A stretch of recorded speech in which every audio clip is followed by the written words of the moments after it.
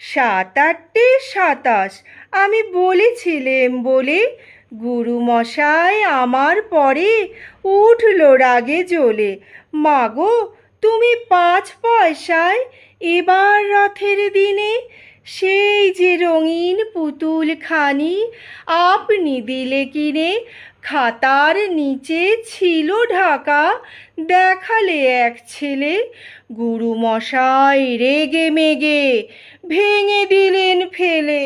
বললেন, তোর দিন রাত্রির কেবল যত খেলা, একটুও তোর মন বসে না পড়াশুনোর বেলা। মাগো, আমি জানাই কাকে, ওর কি গুরু আছে?